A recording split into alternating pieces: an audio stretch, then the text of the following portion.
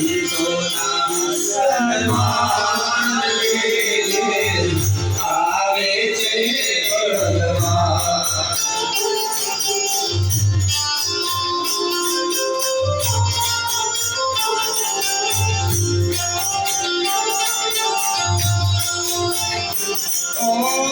શંકર જેવા પિતા હોય તો શંકર જેવા પિતા હોય ઉમિયા જેવા માતા હોય તો ઉમિયા જેવા માતા હોય ગણેશ જેવા પુત્ર હોય તો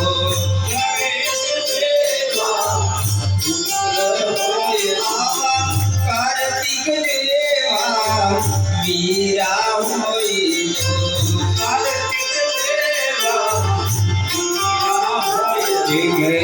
રીતિ સિદ્ધિના સન્માન આવે છે ભગવાન.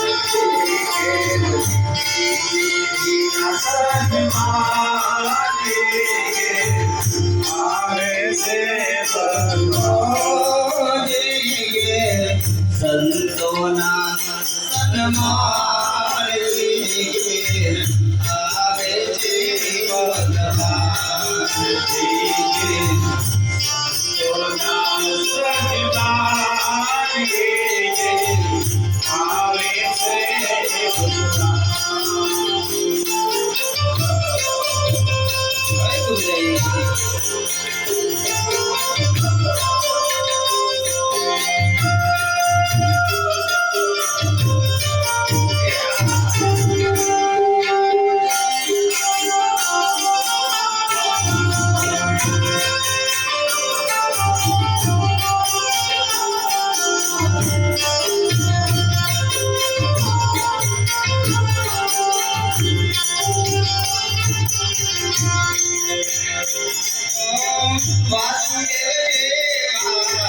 પિતા હોય તો વાસુદેવ જેવા પિતા હોય દેવકી જેવા માતા હોય તો દેવકી જેવા માતા હોય કૃષ્ણ જેવા પુત્ર હોય તો કૃષ્ણ જેવા પુત્ર હોય જીરા બલરામ જેવા વીરા હોય તો બલરામ જેવા વીરા હોય રાધાના સન્માન આવે છે ભગવાન. સંતોના સન્માન આવે છે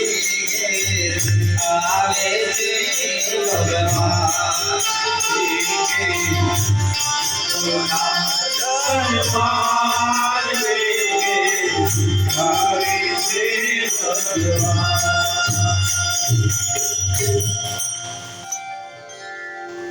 તાળીથી વધાવો અમારા કમલેશભાઈને.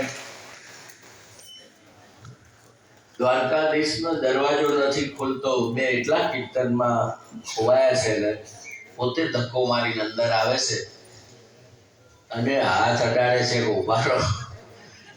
અને જેવા જ વિદુર અને સુરભા આમ પલટે છે અને સામે ચતુર્ભુજ નારાયણ જેમ ખુદ દ્વારકાધીશ ઉભા છે, જોઈને કેવા ભાન ભૂલી જાય છે. એકદમ અચંબો આવી ગયો, કીર્તન છપ થઈ ગયું, બોલી શક્યા નહીં. ભગવાનને જોઈને એકદમ ભાન.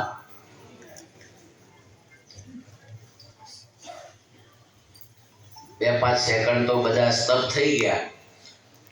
પછી ભગવાન કે આવો તો કહો, આવો તો કહો, બેસવાનું તો કહો.